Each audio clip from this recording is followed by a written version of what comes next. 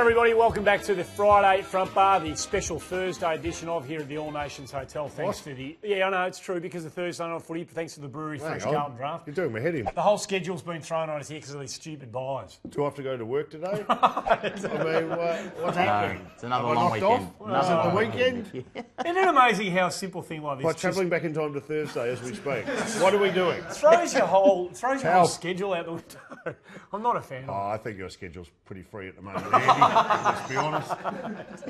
Hey, who would have thought in their right mind that the first week of the first bye round of footy, that the highlight, the thing that would have sustained us all, came from the Melbourne St Kilda Match game? of the round. Hey? I was watching this live. You think it's all over when Jeremy Howe kicks his They goal. do. I mean, look, they celebrate like they've won the game. Well, there's 41 seconds left on the clock. You'd reckon. Well, what do you do with 41 seconds to go and you're up and you're ahead? What do you Push do? everyone back. Come on, Andy, aren't you a commentator? Can you commentate the game? That's the most underrated piece of that play, I reckon.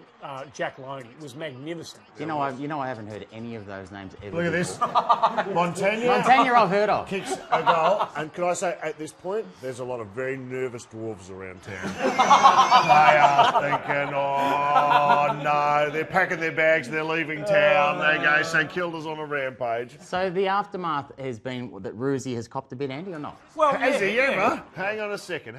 Let's just get this straight. This is the karma wheel turning full circle. Paul Roos, you're getting what you deserve. You're reaping what you sow, Roosie. Do you remember this 2012 Richmond home game at Cairns for some reason? 'Cause that's our spiritual home. And Paul Roos on the couch said that's the worst 47 seconds of football I have ever seen. Why didn't they push everyone back? And oh no, bugger me! Guess what's happened, Roosie? Good to see you having carried Chickens, roost, home, bang. Cop that. Yes. That is Isn't it. There's the worst 47 seconds of football I've ever seen. You giant pill.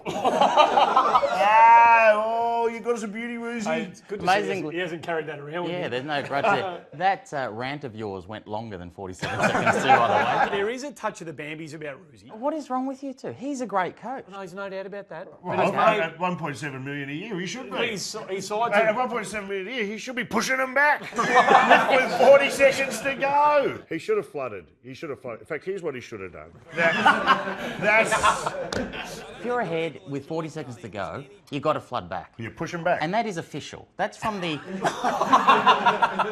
How to Play Footy from 1982, and it just says if you are ahead in the last minute, flood back. By the way, in this book it also has if you want to do a place kick, you need a mound of dirt 4 to 5 seconds high. Anyway, I'm just. So that is the Bible. That by is the the- way. I saw Roosie reading that in the coach's box. If I was AFL, I'd move him on to Carlton. And I'd say we'd fair take play, him wouldn't too, it? by the way. Wouldn't we? The new subcommittee, who knows, they might see. What's the new subcommittee? What are you talking There's about? been a subcommittee that has been like put it. together to pick the new coach, and it includes Chris Judd. Yep. Ken Sheldon. Correct. There's Stephen Trigg, the CEO. Stephen Trigg, the There's a CEO. recruitment bloke. Yeah, and Ange Postecoglou. Well, they couldn't get Pim Verbeek.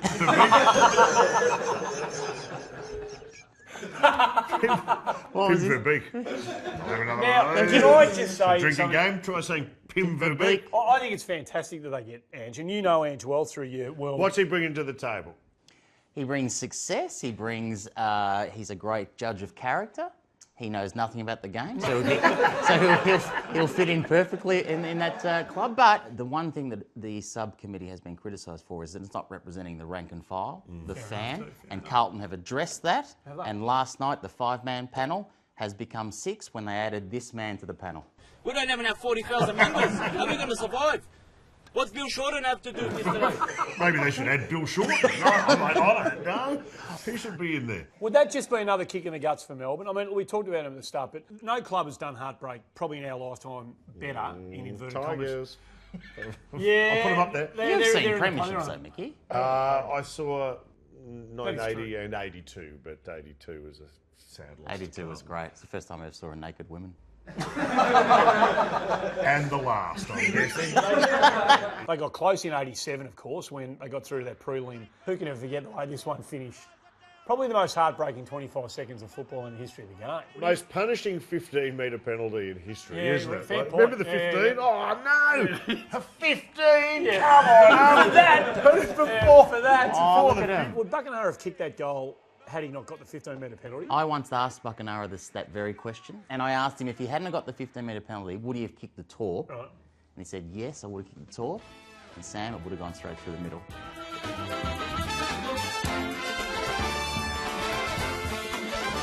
20 years ago to the week, one of the most iconic moments occurred at the MCG. In fact, I think the MCG is voted at the most memorable moment at the footy ground. State of Origin game. Well, there's no more iconic never figure, forget it. is there, in State of Origin football history None.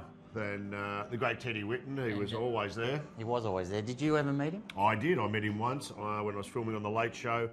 I had to get out to a warehouse that was full of timber and film with him for some reason, I don't know. And he was already sitting there when I got there on his own. I spent 20 minutes with him. He shook my hand, he nearly broke it. Yep.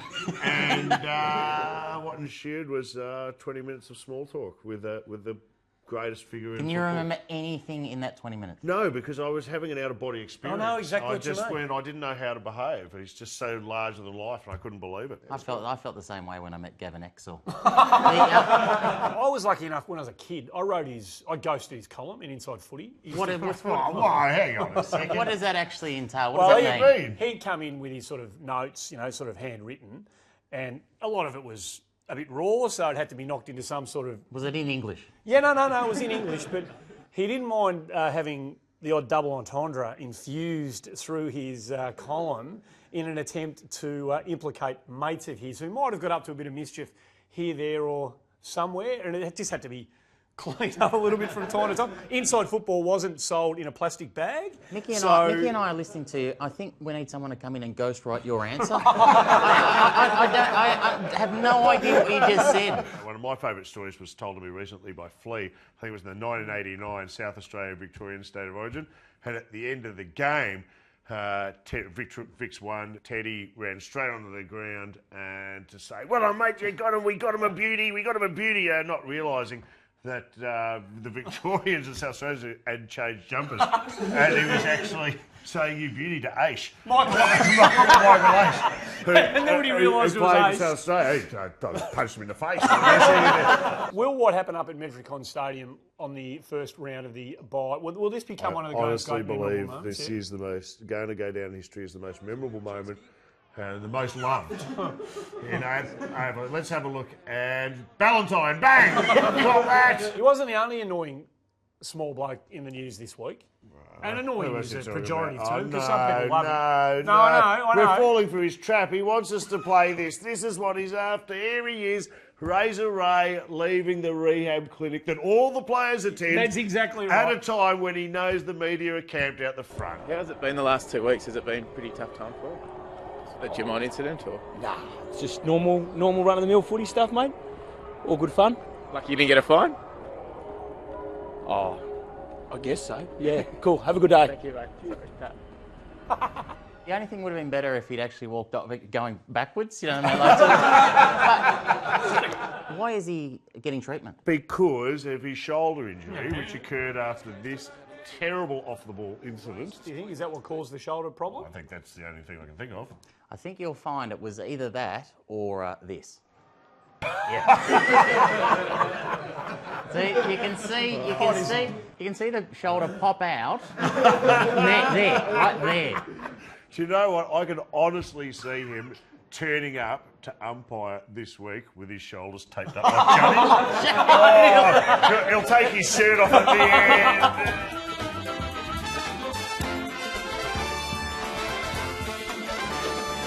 Round 12 rolls on, and Thursday night footy, the first of about 3 or 4 Thursday nights in a row. That's a pretty good way to start. 2 Adelaide taking on Hawthorn. Did I hear 1.4 million offer Yes. for Dangerfield by Collingwood?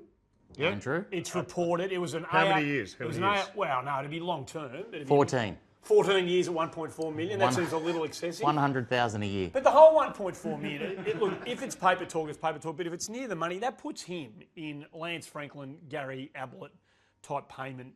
That's the level that he puts himself on. Oh, so you've got to be careful when you're getting players from other clubs, as we found out with Daisy Thomas. Well, what are you saying? What? Why? I'm just saying, Davey Thomas was a big signing for Carlton, and who you've got about, 120,000 a kick?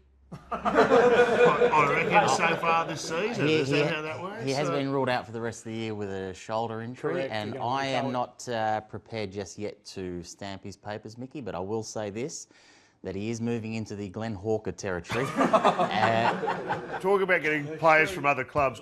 This is one of my very first memories of football when I moved to Melbourne.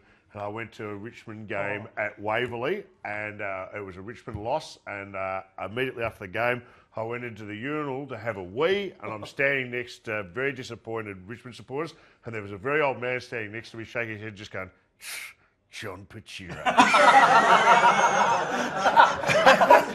That is one of the first memories I have of barracking for Richmond. Hey, Tigers taking on the West Coast Eagles over here on Friday night. You're not going to insult Nick Naitanui, are you, the way Essendon did last week by not throwing a ruckman up against him? We've got Ivan Maric, so there'll be no insults. Was he insulted, was he? He was insulted last week, big Nick Naitanui, that they put up a sort of a proxy ruckman against him. Were there other West Coast players insulted because Essendon didn't play a full forward or a full back either? Is he the only one? No, it was Jay Carlo they threw up against him, so, you know. So they don't have a ruckman Essendon? No, they do, they just don't pick him. Well, they've got to go find one. I mean, Well, they did. They went and found one from the Giants, and they're not playing. If I was Hurdy, I'd look in the south of France. Maybe Marseille, spend a year over there looking for a ruckman. He's looking for a modern-day Andre the Giant over in France. Giants take on North in a fascinating game to see how the Giants are going to recover now. They've lost 3 or 4 of their key players. Season over. Were you saying they're Gonski. gone? Well, too many outs. They're getting tired. They're a young side. Tell you what, I'd be worried if I was Jeremy Cameron. Mick Frito's in career best form at the moment. See what he did to Lance Franklin. Lance Franklin dared to get away from him a couple of times on the weekend. This is Mickey Frito's classic way of responding. Have a look at this. That is classic. Oh, bang. He's made a career out of punching the footy out of opposition players' hands. He's done it 10,000 times. So when he misses by 3 feet, I reckon there's a bit of intent. He should win a fluffy toy for that. That was right on the knocker. Ding! A bit of a pity the Saints have got the bye this week after their rousing win against the D's last week. They're on a roll. Who knows what they're up to, though, because the coach gives nothing away, does he? He keeps his cards very close to his chest. Yeah. He's he's a chance. He's a chance. He got a little bit sorer. So, you know, Jack. Well, all our players, we won't play them if they're not right to play. He's a real chance to play. He's probably as much chance not to. So, I haven't given you much there, Gino. He's probably 50-50 there. You know, there's no one there. He was just talking about it's just the rantings of a madman. Tell me now, who made more sense, Alan Richardson or EJ when he brought in his column? Which one? It's you know what? It's 50-50. Right. It's 50-50. Well, that's it, boys. Another episode of Friday Front Bar. We'll be back next Thursday again, given the buys back here at the All Nations Hotel. Thanks to the magnificent Brewery Fresh Carlton.